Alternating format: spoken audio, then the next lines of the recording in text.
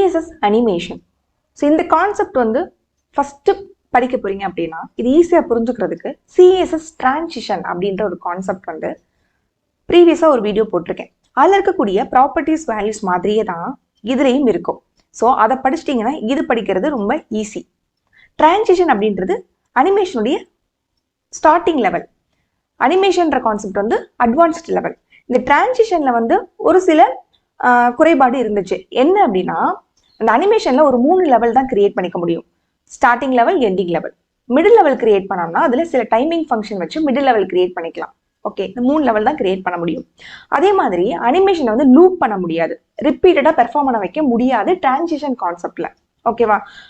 இப்போ அனிமேஷன் அந்த கான்செப்ட் எடுத்துக்கிட்டிங்கன்னா அதில் எத்தனை தடவை வேணாலும் நீங்கள் பெர்ஃபார்ம் பண்ண வைக்க முடியும். எத்தனை லெவல்ஸ் வேணாலும் நீங்கள் அனிமேஷன் லெவல் கிரியேட் பண்ணிக்க முடியும். இதெல்லாம் அட்வான்டேஜஸ். ஸோ அனிமேஷன் நம்ம எப்படி இமேஜின் பண்ணிக்கணும்னா ஒரு மூவி கிரியேட் பண்ணிக்க போகிறோம் அப்படின்னு இமேஜின் பண்ணிக்கணும். ஸோ மூவின்னு எடுத்துக்கிட்டிங்கன்னா அதில் நிறைய சீன்ஸ் இருக்கும். அந்த சீன்ஸை கிரியேட் பண்ணுறதுக்கு கீ ஃப்ரேம் அப்படின்ற கீவேர்ட்ஸ் யூஸ் பண்ணி அதுக்குள்ளே தான் நம்ம சீன்ஸ் வந்து கிரியேட் பண்ணிப்போம். அண்ட் அந்த சீனில் பெர்ஃபார்ம் ஆக போகிறவங்க யாருன்னா HTML எலமெண்ட்ஸ். ஸோ அந்த எலமெண்ட்ஸ் எப்படி பெர்ஃபார்ம் பண்ண வைக்கணும் அப்படின்றவங்க வந்து டைரக்டர். அதுதான் நம்ம. ஸோ நம்ம சில ப்ராப்பர்ட்டிஸ் அண்ட் வேல்யூஸை அந்த HTML எலமெண்ட்டுக்கு ஆட் பண்ணி அவங்கள பெர்ஃபார்ம் பண்ண வைக்க போகிறோம். ஸோ ஃபர்ஸ்ட் ஃப்ரேம் கிரியேட் பண்ணிக்க போகிறோம். First frame or first scene கூட கிரியேட் பண்ணுறதுக்கு 0% இல்லைனா ஃப்ரம் அப்படின்ற கீவேர்ட் யூஸ் பண்ணிக்கோங்க. ஸோ இதில் வந்து எனக்கு இந்த பாக்ஸுடைய பேக்ரவுண்ட் கலர் வந்து ரெட்ல தான் இருக்கணும். ஸோ ரெட் அப்படின்னு கொடுத்துக்கிறோம். ஸோ நெக்ஸ்ட் வந்து லெஃப்ட் பொசிஷன் எவ்வளோ மூவ் பண்ணணும் அப்படின்ட்டு கொடுக்குறோம். So 0 pixel movement. எனக்கு வந்து டாப்ல இருந்து பாட்டம்க்கு எவ்வளவு மூவ்மெண்ட் இருக்கணும் அதே நான் 0 பிக்சல். ஸோ இப்போ இதே மாதிரி நான் எத்தனை ஃப்ரேம் கிரியேட் பண்ணிக்க போறேன்னா நெக்ஸ்ட் வந்து 25% ஒன்று கிரியேட் பண்ணிக்க போறேன். அடுத்து 50%, அடுத்து 75, அடுத்து 100. ஓகேவா? ஸோ இதை நான் ஜஸ்ட் யூஸ் பண்ணிக்க போறேன். இப்போ 0% இருந்தாங்க, இப்போ இது 25 அப்படின்னு மாத்திக்க போறோம். அண்ட் இதோடைய கலர் வந்து ரெட், கிரீன் கொடுத்துக்கலாம். ஸோ இது வந்து 200. ஸோ அடுத்து 50%. ஸோ இதுல வந்து கிரீன், எல்லோவுங்க. ஸோ எல்லோ கொடுத்தாச்சு. ஸோ இவங்க வந்து லெஃப்ட் சைடு வந்து 200. அதே மாதிரி அடுத்து 200 மூமெண்ட் இருக்கணும். ஸோ நெக்ஸ்ட் வந்து 75%. இவங்க வந்து ப்ளூ 0, இது 200 பிக்சல். லாஸ்ட் 100 சேம் எனக்கு வந்து ரெட் கலர்ல இருக்கணும். டாப் லெஃப்ட் 00 இருக்கணும். ஃப்ரேம்ஸ் வந்து கிரியேட் பண்ணியிருக்கோம். ஸோ பாருங்க உங்களுக்கு 4 சைடும் அந்த மூமெண்ட் வந்து கிரியேட் ஆயிருக்கு. இப்போ 0% இந்த இடத்துல ஃப்ரம் கீவேர்டு யூஸ் பண்ணிக்கலாம். அதுமாதிரி 100% இடத்துல 2 கீவேர்டு வந்து யூஸ் பண்ணிக்க முடியும். ஃப்ரம் 2 இதை பேஸ் பண்ணியே நம்ம ஒரு அனிமேஷன் வந்து கிரியேட் பண்ணிக்கலாம். அடுத்தது பார்த்தீங்கன்னா இந்த இடத்துல 25.5 இந்த மாதிரி வந்து டெசிமல் வேல்யூஸையும் நம்ம யூஸ் பண்ணி பர்சன்டேஜ் வந்து கிரியேட் பண்ணிக்க முடியும். அனிமேஷன் பார்த்தீங்கன்னா இங்க இருந்து ஆரம்பிக்குது 0% அந்த பொசிஷன்ல இருந்து ஸ்டார்ட் பண்ணிட்டு மறுபடியும் அதே பொசிஷன்ல வந்து நின்றுது. அப்போ ஒரே ஒரு தடவை மட்டும்தான் அனிமேஷன் பெர்ஃபார்ம் ஆகுது. ஸோ அந்த கவுண்டிங்கை நம்ம மாத்துறதுக்கு அனிமேஷன் இட்டரேஷன் கவுண்ட் அப்படின்ற ப்ராப்பர்ட்டியில நமக்கு தேவையான டைம் கொடுத்துக்கலாம். ஸோ இல்லைன்னா எனக்கு கண்டினியூஸாக பெர்ஃபார்ம் ஆகணும்னா இன்ஃபினிட் அப்படின்ற கீவேர்ட்ஸும் அந்த வேல்யூஸும் கொடுத்தீங்கன்னா கண்டினியூஸாக என்ன ஆகிட்டே இருக்கும் அப்படின்னா இப்படி பெர்ஃபார்ம் ஆகிட்டே இருக்கும். ஓகேவா? இல்லை எனக்கு இவ்வளோ நம்பர் ஆஃப் டைம்ஸ் தான் வேணும் அப்படின்னா ஜஸ்ட் நம்பர் கொடுத்துட்டு ஸோ 2 டைம்ஸ் முடிஞ்சதும் போயிட்டு ஸ்டாப் ஆயிடுவாங்க. அப்படியே அனிமேஷன் டிலே.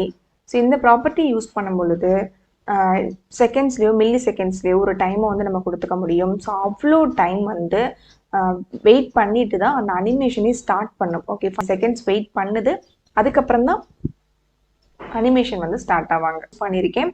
ஸோ அடுத்து வந்து பாருங்க அடுத்த பாக்ஸ்க்கு ஈஸின்னு யூஸ் பண்ண அதே மாதிரி தான் easy in, easy out, easy in out. இப்போ நான் ரெஃப்ரெஷ் பண்ணுறேன் பாருங்க.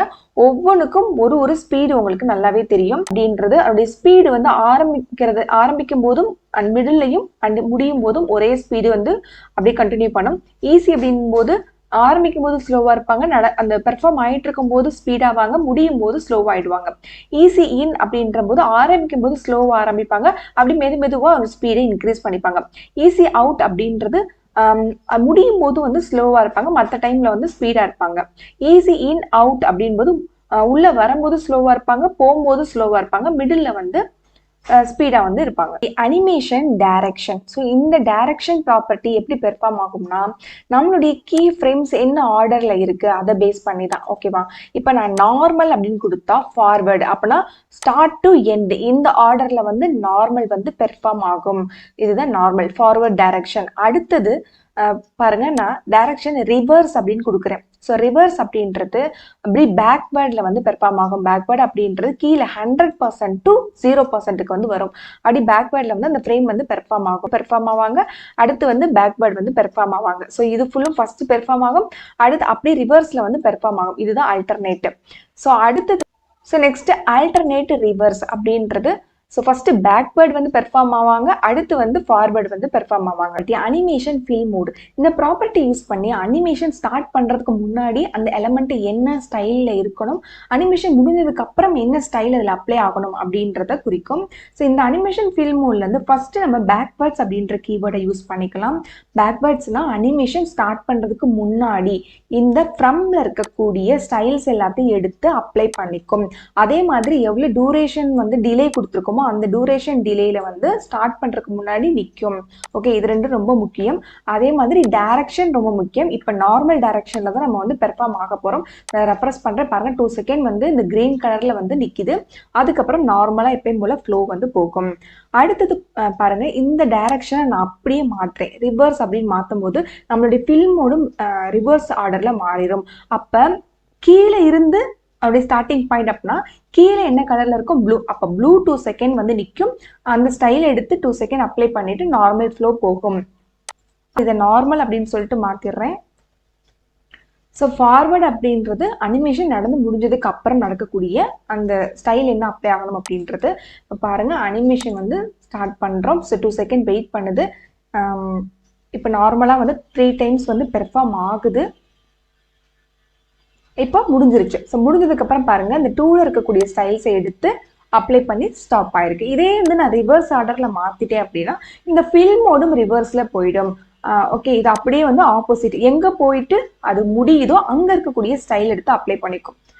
ஓகே, இப்போ அந்த கவுண்டிங் முடிஞ்சு இங்கதான் போய் நிக்குது. ஸோ அங்க இருக்கக்கூடிய ஸ்டைல் எடுத்து ஸ்டாப் ஆகுது.